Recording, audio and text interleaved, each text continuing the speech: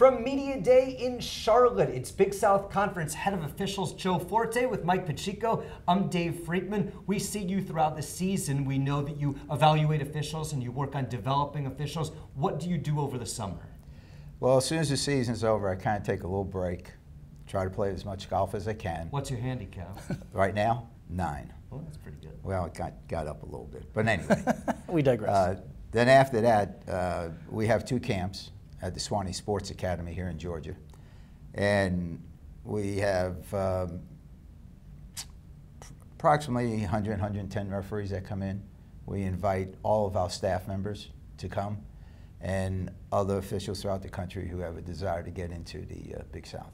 Okay, I imagine that after hours there's a lot of drinking that goes on. What actually happens at the camp during the day? Well, we normally come in on Friday afternoon and we have classroom sessions where we break down tape, go over rules, go over rotation, go over play calling.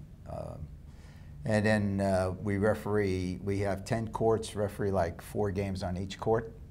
And we have evaluators, and I bring only the top evaluators into the camp. And I've had those gentlemen for like 10, 11 years, you know, guys that you know, Teddy Valentine, Jamie Lucky, Mike Eads, Jerry Heeda, Mark Snurr, you know, and we try to keep it where we have a certain group of instructors, because I have worked with those referees throughout their careers. When they were coming up, I was like their mentor. So I know that their philosophy and the way that they teach a game is very similar to mine. So I want all the referees at that camp to get that same teaching. And so then we referee all day Saturday, usually have a social on Saturday night, and then end up on Sunday. And then we come back a couple of weeks later and do it all over again. And from there, we evaluate all the referees. I sit down and talk to our instructors. And you know, we go over and say, okay, what about this guy? What about that guy? What do you think? Big South, yeah. Conference games, non-conference games. And so we evaluate, and then we'll look at some others, because I'm also supervisor of Conference Carolinas, which is a nice Division II league, great league. And it's a great place for our young referees to get some really good training and some experience. So we'll classify some referees there and say Conference Carolina, non-conference, or conference games. And then we just get the process going. It's like a farm system. Now, let's go into season, right? So games are going on. When you hear from coaches, maybe some fans when you're at games, what are some of the calls that are maybe most misconstrued by people watching the game? Oh, well, you know, people watching the game, they're always going to look at it their way, right? Obviously, charge block plays are always a topic of discussion. But, you know, people always ask me, what do you think is the toughest call? You know, and they're surprised that I say goaltending. Yeah. Because see, when goaltending and basket interference, you can't prepare yourself for it. It just bang, it happens. Yeah. On a charge block, you can see the play develop. You know, you see it start, develop, and finish. So your mind starts to say, okay, let's see, we got this. He's coming over, and, you know, and you anticipate. You know, you anticipate the play. But in goaltending, in particular, you know, these guys get up so quick and they block it. And you got to make a determination whether that ball is on its downward flight above the rim, had a chance of going in. That's a pretty tough call. Well, so, but when coaches call me, it's usually about a couple of plays here and there that were crucial in the game. Sure. And those are the plays that they're really concerned about, and to have some consistency. When we hear coaches talk a lot about their teams, it's always about communicating and making sure they're communicating. But it's important for officials from time to time throughout the game to communicate, isn't it? Oh, absolutely. I mean, communication is very important with referees, and it's just like, you know, referees will say to me after a game, boy, so-and-so is really a pain tonight. And I'll say, well, why did you allow him to be like that? You know, it's, and there's a lot of give and take, because you have to understand the emotions of coaches, and the thing about it is that coaches aren't normally the same every game. You know, they're not normally the same every game.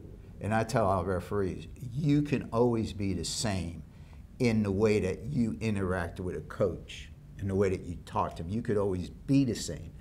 You don't know what's going on in their lives. You know, 15 minutes before the game, they might have been, you know, they got that phone call that this top recruit that they're going after, they just lost. So that might be on his mind, or an injury, or whatever. So he might be in a little bit of a different frame of mind. Also, when you get a big game, they're not the same. You know, when you got Winthrop, Asheville, let's go, you know, Nick and Pat, their emotions are up here. So early in the game, they might be a little emotional. And as a referee going into the game, you have to understand that. And so you allow them to kind of, you know, get that out a little bit, as long as everything's done in a professional manner. But when, you know, they get over the line, then I expect our referees to take care of it. It's like a parent. Yeah, you're disciplining your children, or you're helping your children. So it's the same thing. Joe, we have a general sense of how a team works. They practice, they spend a night in a hotel, they play a game the next day, or whatever that travel is. I'm not sure we recognize how referees work. Do you officiate every night? Do you travel in groups? How does it work for an individual as they get ready for the season?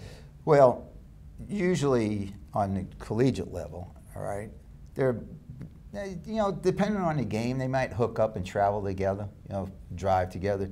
In our league, you know, it's mostly a driving league. So if we have 2 referees from Charlotte going to Charleston Southern, they probably hook up and go together. But the most important thing is that what I stress upon our guys is, you know, they have jobs during the day, but once you get in that locker room, I expect them to look at some plays. I expect them to talk about the game. I expect them to talk about matchups. I expect them to talk about the style of play. I expect them to talk about the coaches, you know, just certain things. I demand that, and they do a very good job in it. You know, when they go in that locker room, if you're to sit down, you know, you ought to go in the locker room one day before a game. Yeah, maybe all the games. Yeah, I mean, intercheck my just thoughts. make sure you call me. Oh, just make sure you call me. Run that by you? Oh, you got to run it by me. You can't just walk in. You can't just Hey, walk guys. into our private What's room. up, gentlemen? It's our private room. You just can't walk in. So anyway, when you go in there, you know, right. But you'll be surprised on the things that they talk about pertaining to the game. So they're getting themselves ready mentally. How do you decide who goes to what game?